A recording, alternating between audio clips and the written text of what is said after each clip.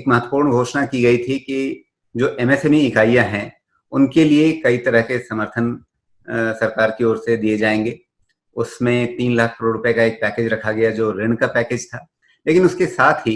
एक fund of fund बनाने की भी घोषणा की गई 50,000 करोड़ रुपए की, और उसके माध्यम से एमएसएमईज को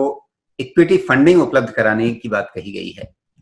इसका एमएसएमईज को कितना फायदा मिल पाएगा, इस बारे में हम बीएसई के एसएमई प्लेटफॉर्म के प्रमुख अजय ठाकुर जी से बात करेंगे। अजय जी, स्वागत है आपका। आपसे यह समझना चाहेंगे, एसएमई प्लेटफॉर्म आप चला रहे हैं, आप इन इकाइयों को बहुत करीब से देख रहे हैं, उनकी जो पूंजी की जरूरतें हैं उनको आप बहुत अच्छे से समझते हैं, और उनके सामने किस तरह की दिक्कतें आती है वो भी आप जानते हैं। आपको क्या लगता है, क्या इस कदम से जो एमएसएमई इकाइयां ग्रोथ कैपिटल की तलाश करती हैं, जो आगे बढ़ने के लिए, अपने विस्तार के लिए नई पूंजी चाह रही हैं, उनको इस कदम से कितना सहारा मिलेगा? बहुत दिनों से हमारा भी काफी प्रयास था, हमने भी सरकार के पास जो है अपनी रिप्रेजेंटेशन रखी थी, और ये स्टेट लेवल पे भी और सेंट्रल लेवल पे भी कि उनके लिए कोई ग्रोथ फंड जो है बनाया जाए, और ये काफी दिनों से चल रहा था। अगर आप देखें तो 2012 में जो है ये हमने एसएमई प्लेटफॉर्म बनाया, और हम हर हमेशा ये हमारा ये मानना था कि सिर्फ हम ऋण के द्वारा ही जो है लघु और मध्यम उद्योगों को विकास की ओर नहीं लेके जा सकते, हमें उन्हें इक्विटी फंड भी देना पड़ेगा। ये काफी इसका प्रयास चल रहा था, और ये पहल सर्वप्रथम जो है हमारे जो लघु और मध्यम उद्योग के जो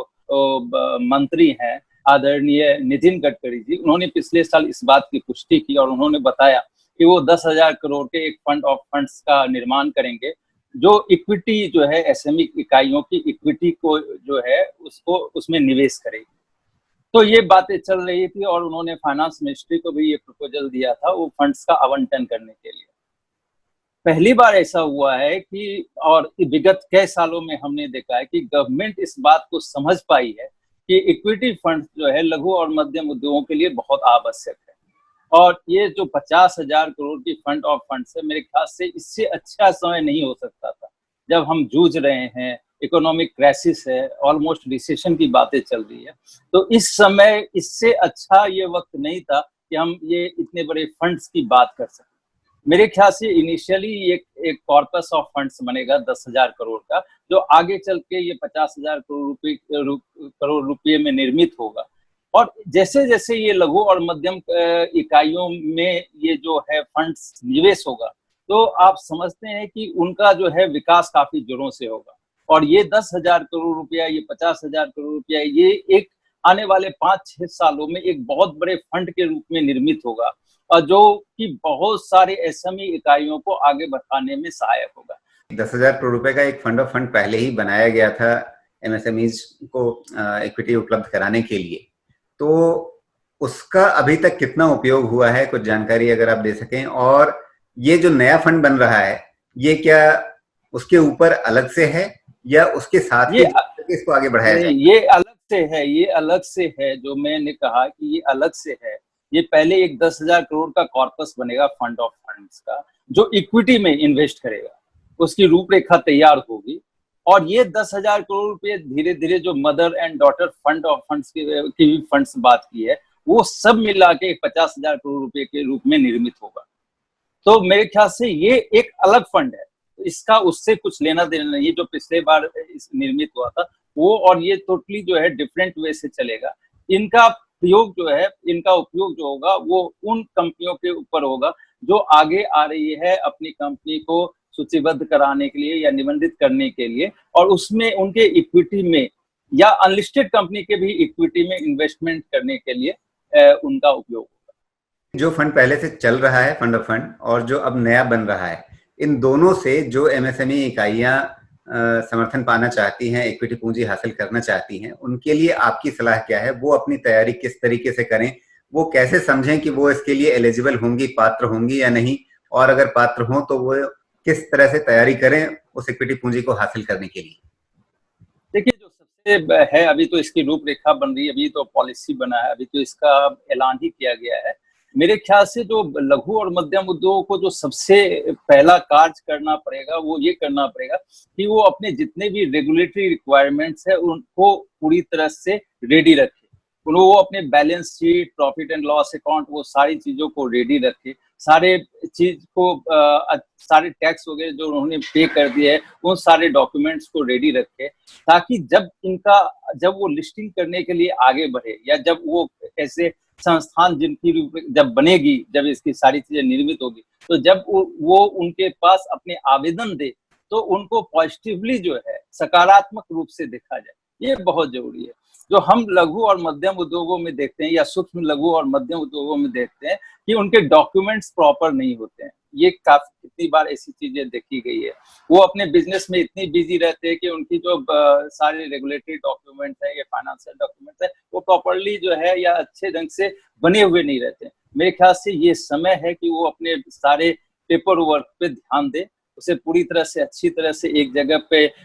बना के रखे, उसको प्रॉपरली ऑडिटेड करके रखे, कि ताकि ऐसी जब वो जाए या आवेदन करे इक्विटी फंड्स को, तो उनको देने में गवर्नमेंट या जो भी इंस्टीट्यूशन होगी, जो भी एजेंसी बनाई जाएगी, उनको देने में कोई भी परेशानी ना हो। तो मेरे ख्याल से ये कार्य जो है आज के दिन में लघु और मध्यम, अगर वो नहीं कर पा रहे हैं तो मेरे ख्याल से बहुत सारे फाइनेंशियल कंसल्टेंट्स हैं, चार्टर अकाउंटेंट है, उनकी मदद लेकर के अपने पेपर वर्क को ठीक रखें। ये फंड ऑफ फंड जो है वो भी उनको इक्विटी पूंजी उपलब्ध कराएगा, और जो आपका एसएमई प्लेटफॉर्म है वो भी उन्हें इक्विटी पूंजी ही उपलब्ध कराता है, उसका रास्ता खोलता है।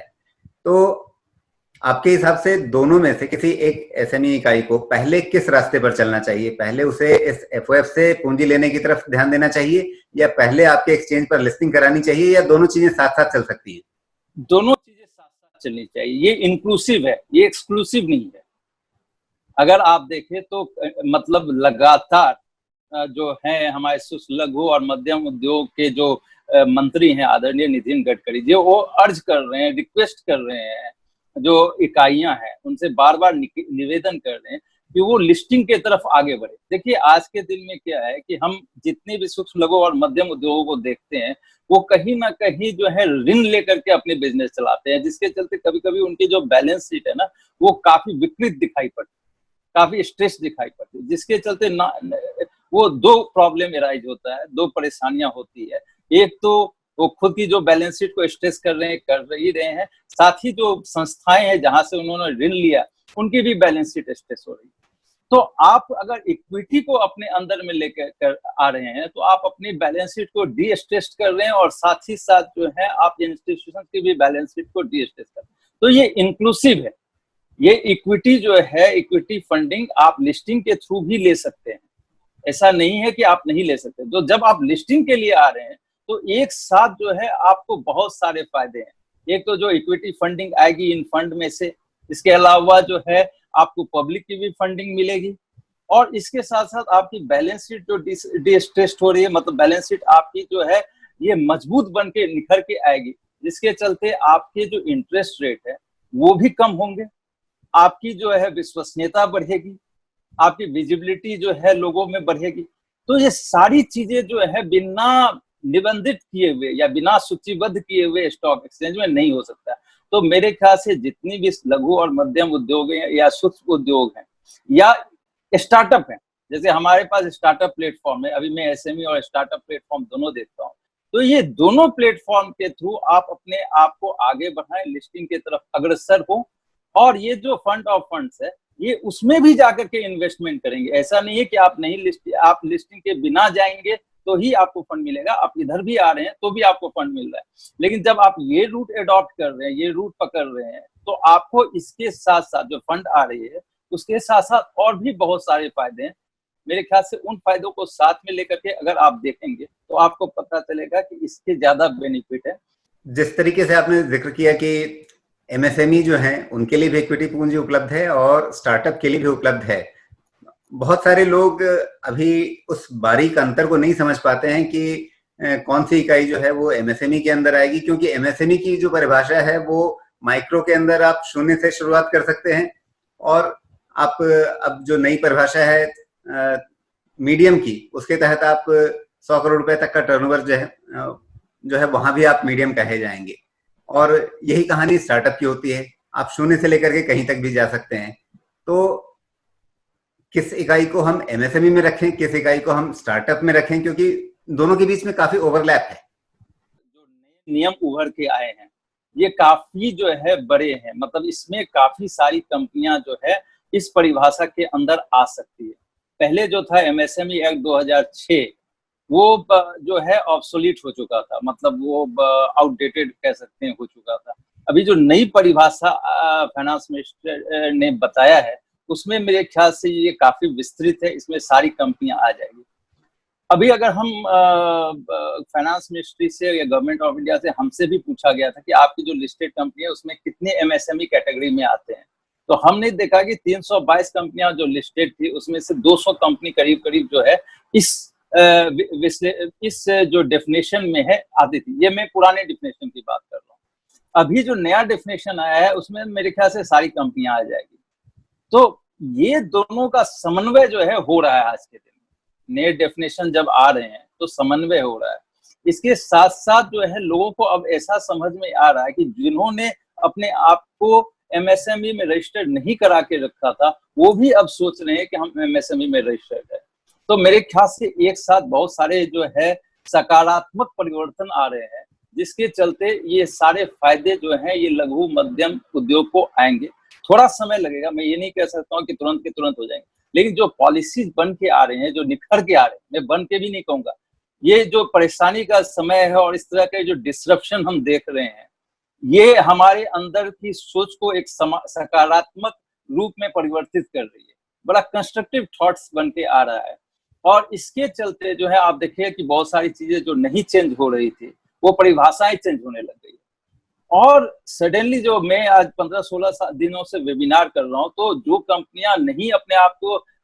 स्टॉक एक्सचेंज में सूचीबद्ध कराने की सोच रही थी वो सडनली सोचने लग रही है। तो ये जो सोच में परिवर्तन आ रहा है, ये जो डेफिनेशन में परिवर्तन आ रहा है, इससे मुझे ऐसा प्रतीत हो रहा है कि आने वाले दिन जो है बहुत अच्छे बन के निकलेंगे।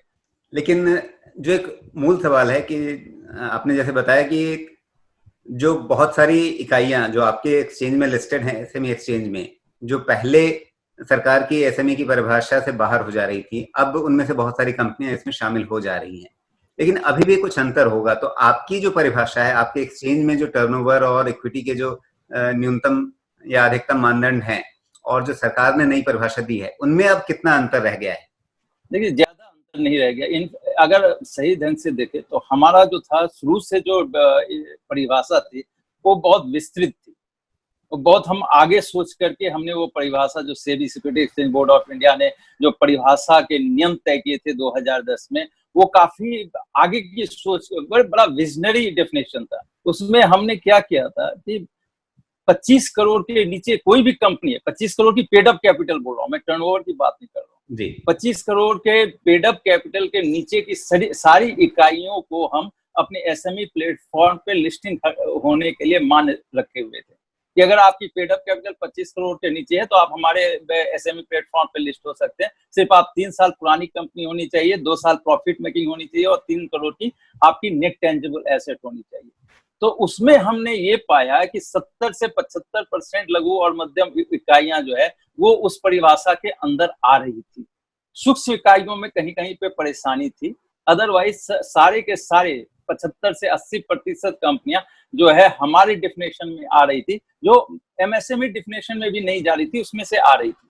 मेरे ख्याल से जो अभी का डेफिनेशन बन के आया है उसमें मुझे लगता है कि 99% कंपनियां जो है अब हमारे दोनों के डेफिनेशन में मिलके आ जाएगी। तो ऐसा कोई मुझे नहीं लगता है कि किसी भी डेफिनेशन के चलते या इवन हमारे डेफिनेशन के चलते हम किसी को इससे एक्सक्लूड कर रहे हैं या बाहर निकाल रहे हैं। एक अच्छी बात ये देखिए, पिछले दिनों के लॉकडाउन था और देश में आर्थिक गतिविधियां एक तरह से रुकी हुई थी, लेकिन आपका जो एक्सचेंज है वहां पर कामकाज, चूंकि कैपिटल बाजार का हिस्सा है, पूंजी बाजार का हिस्सा है और पूंजी बाजार में कोई रोक नहीं थी, कामकाज ठीक चल रहा था। तो आपके यहाँ लिस्टिंग का भी काम चलता रहा, नई इकाइयां अपने आप को लिस्ट करती रही। इस बीच में आपके एक्सचेंज का मार्केट कैप में देख रहा था कि 10,000 करोड़ रुपए के ऊपर पहुंच चुका है। तो इस प्रगति से आप कितने खुश हैं और आगे का रोड मैप आप क्या देख रहे हैं? अगले 1 साल में आपको क्या लगता है? हमारी अर्थव्यवस्था के लिए थोड़ा एक कठिन साल है, लेकिन एसएमई लिस्टिंग के नजरिए से आप देखें तो आपकी आशाएं क्या हैं? स्लो डाउन तो है, इसमें कोई दो राय नहीं है। हमने हालांकि इस लॉकडाउन में भी हमने करीब जो है 4 कंपनियां अपने यहाँ पे लिस्ट करवाई, 3 SME प्लेटफॉर्म पे लिस्ट हुई और एक कंपनी जो है स्टार्टअप प्लेटफॉर्म पे लिस्ट हुई। स्टार्टअप प्लेटफॉर्म वाली कंपनी जो थी उन्होंने 5.25 करोड़ रुपए का फंड जो है रेज किया और SME प्लेटफॉर्म की कंपनियों ने 10 करोड़ का फंड रेज किया। ऐसे समय में इतना फंड रेज करना भी अपने आप में एक बहुत बड़ी उपलब्धि है SME प्लेटफॉर्म और स्टार्टअप प्लेटफॉर्म।